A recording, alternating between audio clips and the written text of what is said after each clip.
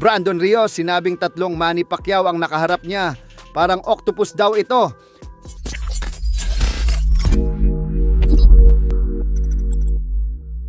So matatandaan natin na nagharap ang American fighter na si Brandon Rios at ng ating pambansang Kamao Manny Pacquiao noong 2013 sa Macau, China, at dito ay nanalo si Pacquiao via unanimous decision at nasungkit ang bakanteng WBO International Welterweight title, at sa laban na ito ay talagang bugbog ang inabot ng Rios sa ating pambansang Kamao, kung saan dinumina ni Pacquiao ang laban gamit ang napakabilis na mga galaw at mga solidong suntok. Inamin ni Rios na nagsisi siya dahil tila ba tumaas masyado ang kumpiyansa niya sa kanyang sarili dahil galing sa mapait na pagkatalo itong si Pacquiao, na kung saan ay pinatulog siya ni Marquez sa ikapat nilang paghaharap. Kabi-kabilang mga hindi magagandang salita ang binibitawan nito tungkol kay Pacquiao, pero makalipas nga po ang ilang taon ay tila ba naging humble itong si Rios kay Pacquiao. Ayon nga po kay Rios ay hindi dapat niya yung sinabi kay Pacquiao dahil isang humble at mabuting tao ito.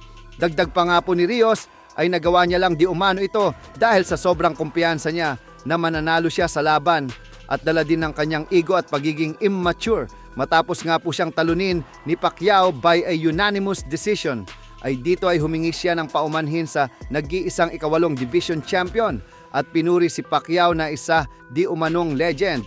Bukod sa naging humble na itong si Brandon Rios ay tila napahanga pa ito kay Pacquiao. Ayon kasi kay Rios ay parang octopus di umano itong si Pacquiao noong mga panahon na naglaban silang dalawa, dahil pakiramdam di umano niya ay 8 ang kamay ni Pacquiao na ginagamit na panuntok sa kanya, dahil ang mga suntok di umano ay nanggagaling sa iba't ibang anggulo. Dagdag pa nito ay parang 3 Pacquiao di umano ang kasuntukan niya ng mga panahon na iyon, dahil kahit sa ang sulok di umano ng ring ay nakikita niya si Pacquiao na bumabato ng suntok. Umamin din itong si Rios na hindi niya masabayan si Pacquiao sa bilis.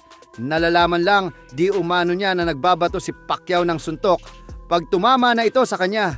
Isang patunay lang na tinuruan ni Pacquiao si Rios kung papaano maging humble at rumespeto sa kalaban. It's good because I've been in that situation with Pacquiao. You know, I was so confident in everything. I think I overconfident myself. Overdid confidence, and then look what happened.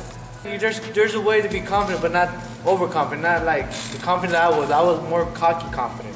And then, you know, like I said, with the Pacquiao, the motherfucker was fast. I seen 3 of those motherfucking rings. I thought I was fighting an octopus in that bitch. Well, Manny was just right there in front of me. Next minute he's on the side of me. Next minute he's on the other side. Like, what the fuck?